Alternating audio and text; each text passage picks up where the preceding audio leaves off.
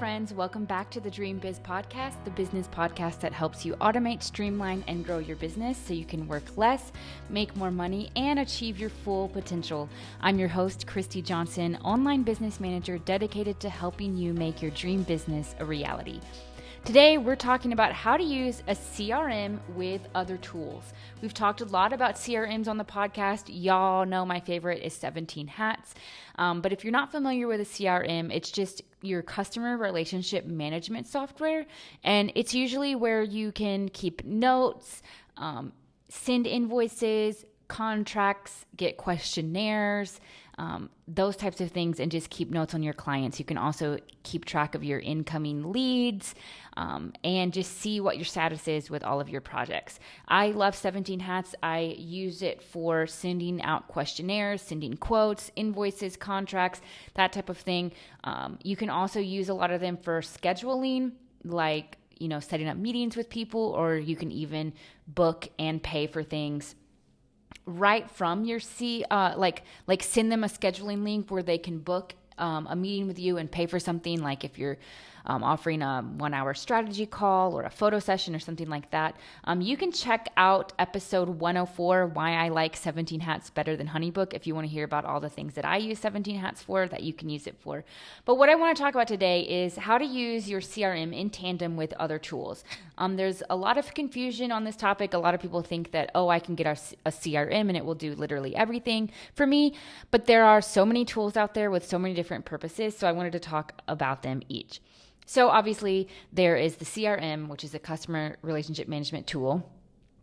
Then you might have an email marketing software. This is going to be your things like ConvertKit, Flowdesk, MailChimp, MailerLite, Constant Contact, whatever it is that you're using. Now, a lot of people think that these two things are the same. So a lot of people will try to use their CRM for email marketing, or they'll try to use their email marketing platform for CRM, but they're not the same thing. So if you want to do things like email campaigns, like let's say you want to send someone a lead magnet, maybe like a PDF guide that you're working on, and then you want to send them follow-up emails after that, you're going to want to do that in an email marketing platform like ConvertKit, MailerLite, Flowdesk, something like that.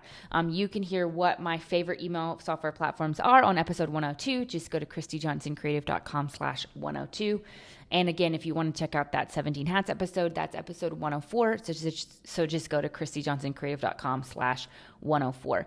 So your CRM should really just be used for your clients. You can use it to keep tabs on your leads, to send emails to your leads, follow up with your leads, but it's not for email marketing. Email marketing is going to be where you send out mass emails, like a newsletter to all of your people on your email list or something like that. So I actually use both of these things.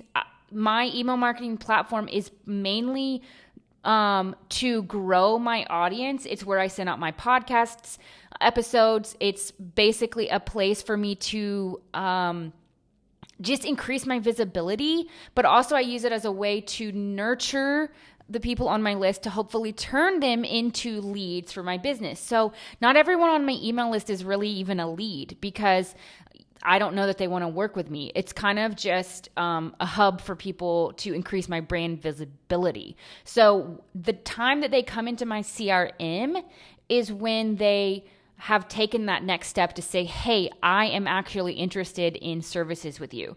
So if they're not interested in services with me, they are in my email platform, my email marketing software. They get on there by downloading a guide, or for me, it's really just by downloading a free guide or partaking in one of my lead generating challenges that I do, my events that I do, that type of thing. So that's how they get on the email list. It's to increase visibility, brand awareness, and then hopefully nurture them to become a lead. So then once they say, hey, I want to work with you, can you tell me more about your services? Then I'll put them into my CRM and go through the process there. So the CRM, that's where I'm actually managing customers. I used to do a lot with, my hot leads, like when I had a really complicated booking process, when I was doing photography, then I would put all those leads into my CRM. So for example, if they fill out a questionnaire on my contact form, they also go into my CRM. For me, the way my workflow works currently, I don't get a lot of people contacting me on my website. So for me currently, most people don't go into my CRM until they have had a call with me and they say, yes, I want to book your services. And I'm sending them the invoice and then getting them set up with that workflow. That's just how it is working for me right now. But if you use your contact form on your website a lot, which I did when I was a photographer, then you'll get leads coming into your CRM from there. So basically, they go into your CRM when they fill out your contact form, when they you want to send them a quote or a contract or send them a questionnaire or something like that. But they're on your email marketing platform if you want to send them a free guide, you want to send them a nurture campaign, an email campaign, a welcome sequence, a sales sequence, whatever that is, whatever that looks like for you. So there is a difference. And they are not the same thing.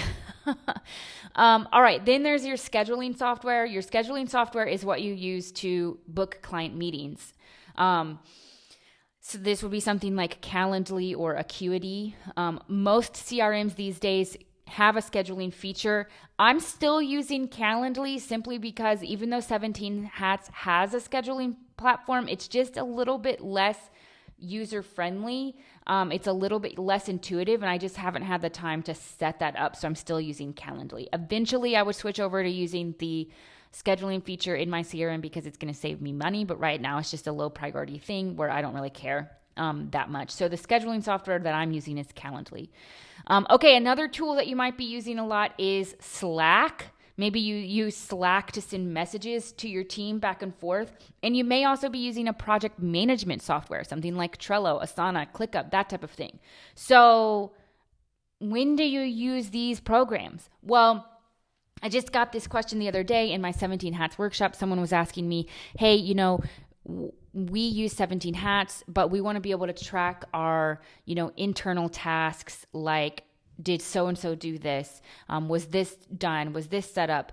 So what they're referring to is project management, and CRM and project management software, they're not the same thing. So you may actually need another software for your project management if you have a team, or if you have, if it's just easier for you to see those steps in your CRM, then in your project manager, then that's what you want to use that for. I also use it to just keep track of my to-do items. I'm actually using Airtable, which is not even technically a project management tool, but you can hear about that in last week's episode, or not last week, the week before, episode 108, Why I'm Loving Airtable, christyjohnsoncreative.com/Airtable.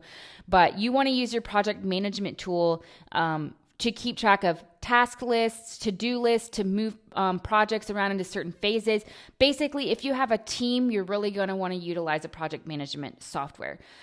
There are some things that you can do in like a CRM, like you can add to-do items, tasks, things like that.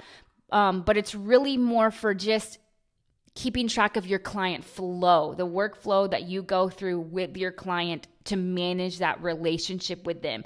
So your onboarding process, you're going to put in your CRM.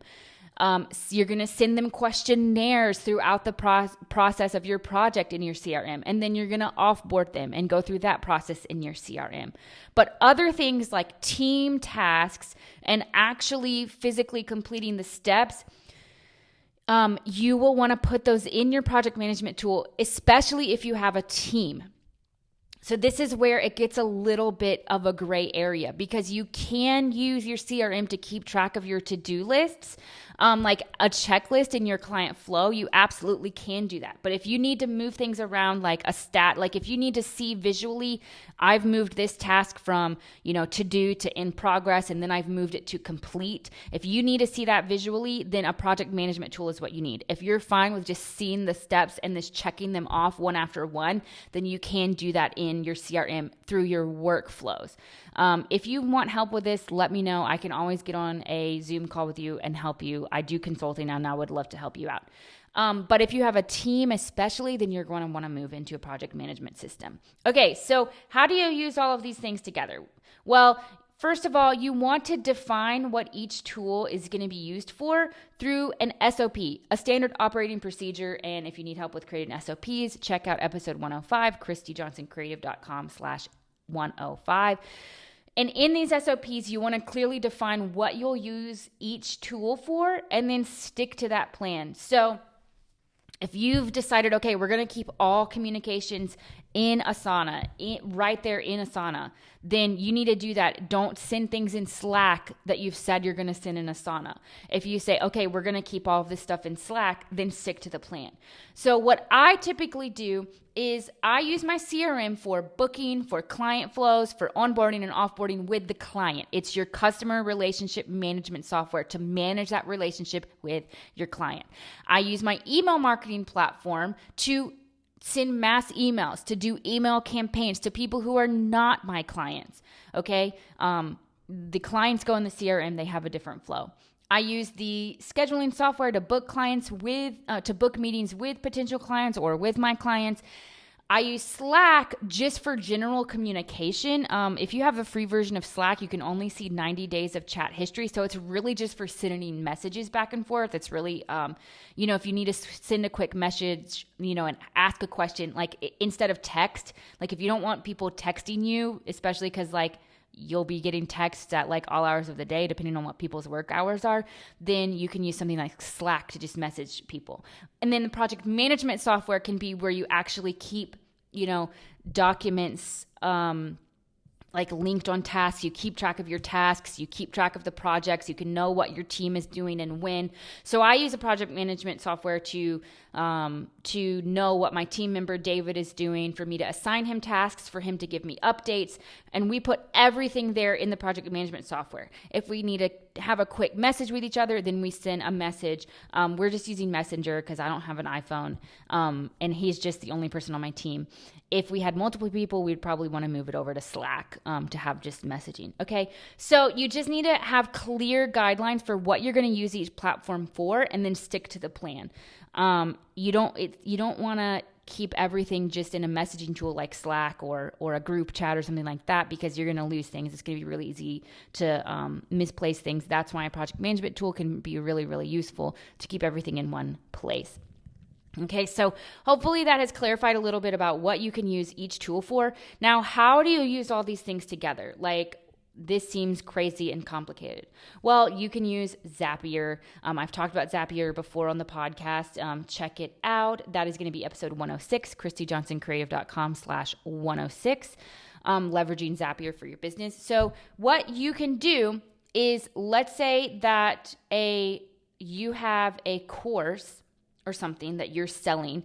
You can use Zapier to bring your clients from your course into your email marketing platform. Or you can use Zapier to bring clients that you're onboarding in your CRM into your email marketing platform. If you want to keep that relationship going with them after the client relationship has ended and you want to stay top of mind and put them on your newsletter, then you can use Zapier to say, okay, when this happens, then put that client in my email marketing platform. You can set it up to where Zapier will create a new project in your project management system if there are certain, things set up in your CRM. Like if you set up a new project in your CRM, you can have Zapier automatically create a new project in your project management tool. That way you don't have to manually add everything. Because if you think about it, as business owners, we typically, have different services that we offer, and we're going through the same process with each client for those services. So you could easily create different project types in your project management software, different project types in your CRM, and then use Zapier to say when a new client is added into this type of project, then create a new project in the project management software here. You can also use automations to say, you can use Zapier to say when a new project is created with this category, then notify these specific people on Slack and start a channel with them asking about it. So you can do all these things to get them to talk to each other using something like Zapier, or Pabbly Connect is another one that's similar to Zapier. Just depends on what you're going to need to be using it for. There are also sometimes integrations that you can do directly in the app. So for example, Trello has some integrations that you can do. It has automations that you can do where it will automatically add a card to your Google Calendar or something like that. So you can just look into those in-platform integrations that are there. And if there's not what you're if they don't have what you're looking for, then you can likely use Zapier or Pabbly Connect to create what it is that you want to do. Okay? I hope this was helpful. It was a high-level overview. If you have specific questions or you're trying to get your apps to talk to each other and don't know how to do it, then schedule a free consultation with me at christyjohnsoncreative.com/consultation, and I would love to chat with you. All right, thanks for listening. I'll see you next time on the Dream Biz Podcast.